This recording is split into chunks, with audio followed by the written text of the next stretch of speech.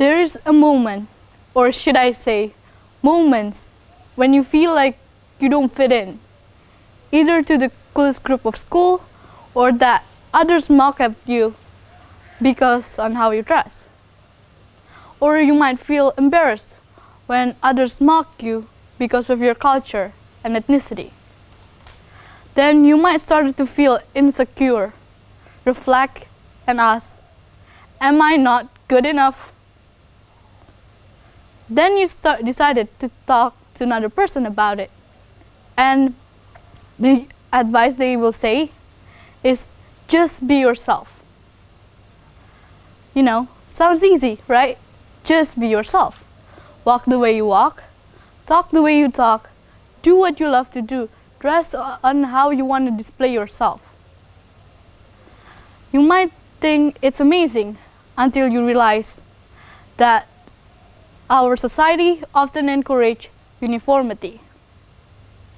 In fact, only in the last 50 years that there have been steps to embrace diversity. Only in 1964 that the Civil Rights Act is signed in the United States. Apartheid is ended just in 1994 in South Africa. In the year of 2000, we, the Chinese Indonesian ethnic, don't need to hide anymore to celebrate our New Year after a long year of history of discrimination and persecution. In fact, right in the year of 2020, we can still see that we have a long way to go before people can be who they truly are. People are still unsafe in certain places just because the color of their skin, the people they love, or what they believe in. Although I'm sure you already know this, but being yourself is not easy. In my opinion, being yourself means you can display your identity freely and pursuing what you love without any fear. But what is identity?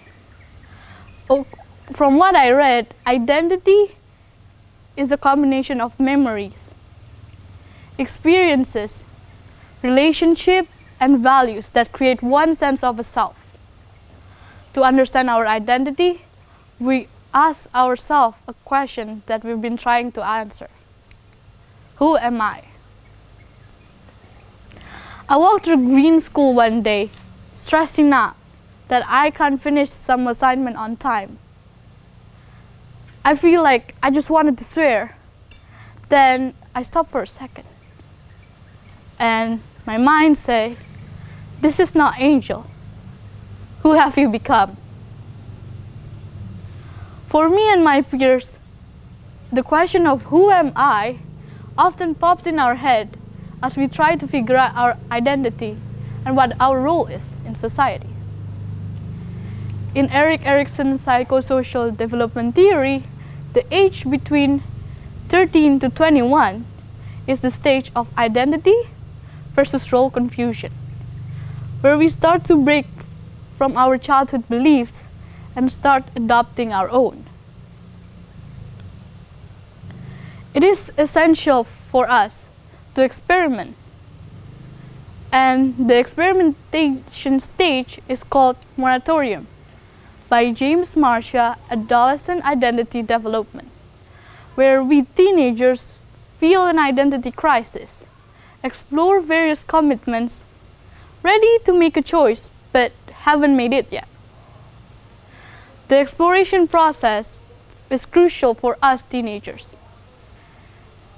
Enough exploration and experimentation will result in one's having a good sense of who they are and what they want to do in the future.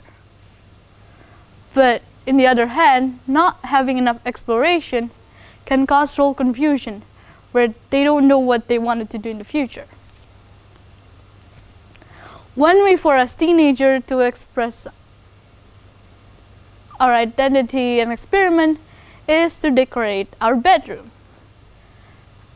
We put a poster of our favorite bands, a picture of our loved ones, or even a post-it notes of our Greenstone. You see, a teenage bedroom is not only a corner we occupied. It is a gallery of thoughts, an exhibition of our changing personality. It is saying, this is who I am. I am my own person, even though I'm not 100% sure who it is yet. My project began in the relation of physical space to our identity.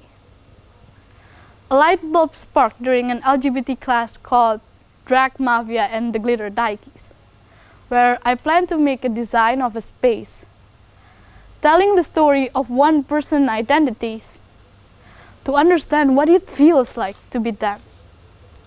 However, 6 weeks is not enough, and I adopted this project into my Greenstone. At this point, I want to make it personal. I want to explore myself, my own identity. Growing up, I never feel like I belong to any group of school. It feels like there's a flaw in me that needs to be fixed. I wake up every day trying to be perfect, to slip on the character of Angel that everybody sees. Scared that if I wasn't good enough, I would never belong anywhere. The mission of my project is for me to feel whole again and to be able to see the beauty in me, and finally be who I truly am. But I bring 3 of my friends in this project to see them through their own eyes of what makes them who they are. I wonder what they think of themselves. As I graduate, this will be my last gift. But why physical space? Throughout my Greenstone year, I have an interest in architecture, the art of shelter and hope. As a human, a shelter is a basic necessity, a place of security. Throughout our life, we are not only creating a shelter, but we're also creating a home. Like when you were a child, creating a hideout where maybe you can have a tea party every day, or maybe a pirate base, and it becomes a special place to you. When you become a teenager, your room becomes a concert stage. The wall fill in with all of your interests. Then you reach adulthood, where maybe you can finally have your own home, a place where you can manage your own. But what is the difference between shelter and a home?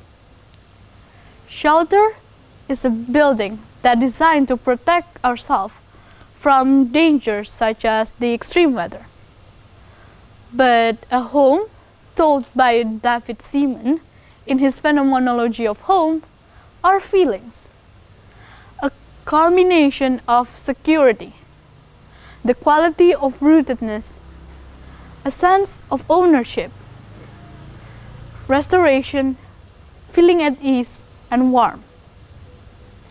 The book, House as a Mirror of the Self, said a home fulfills 3 needs: a refuge from the outside world, a vessel of memories, and a place of self-expression.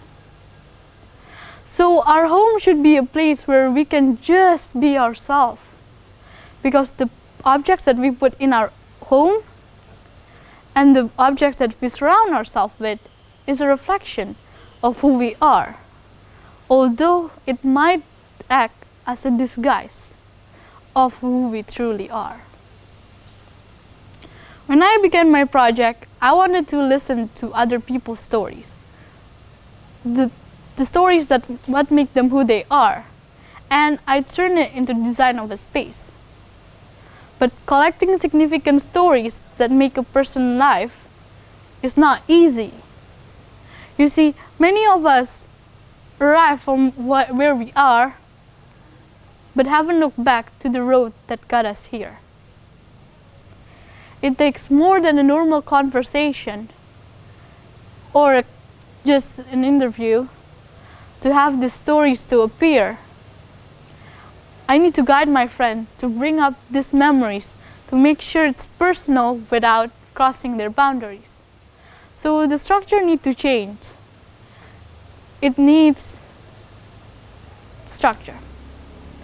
Then I did some activities to support this interview, such as interview drawings, where instead of saying their answer, they need to draw a symbol as a representation of their answer. A mindfulness activities of their childhood home, inspired by the book House as a Mirror of Itself, and of course a room tour, where I see their space that they are right now reflecting their own identity. But not all the methods work for everybody. The people I'm working with are different from myself and each other. We come from different places, with different family backgrounds, different story to tell, different ages, although we come from the same school. As I collect some stories and I start thinking about the design, I found another head scratcher. Like, how can I turn someone's love of their aunt's cheesecake into an element of design? Or like how someone's family acceptance be interpreted as a design of a room. But trust me, the latter one is easier. As I pitched the ideas to one of my friends, she said,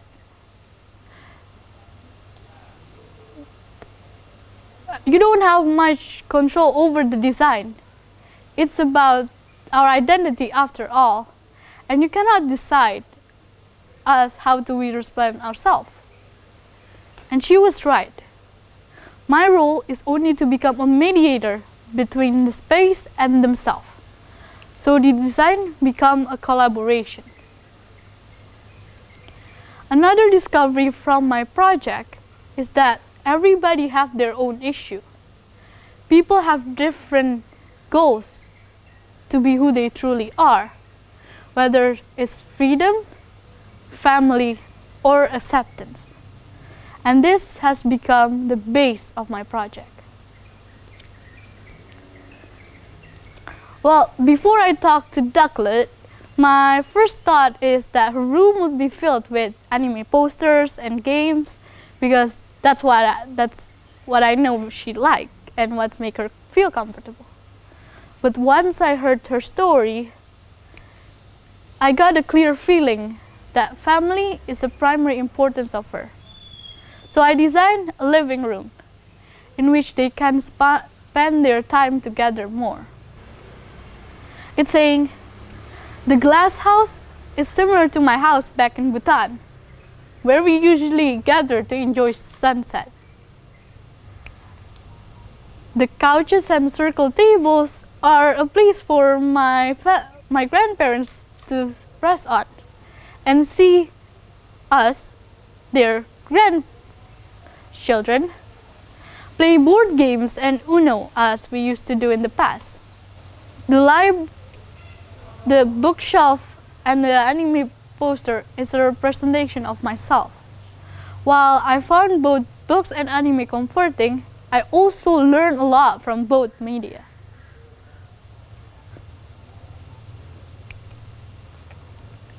Arabelle's room is a library because it's filled with things I love. I've always been fascinated with stories.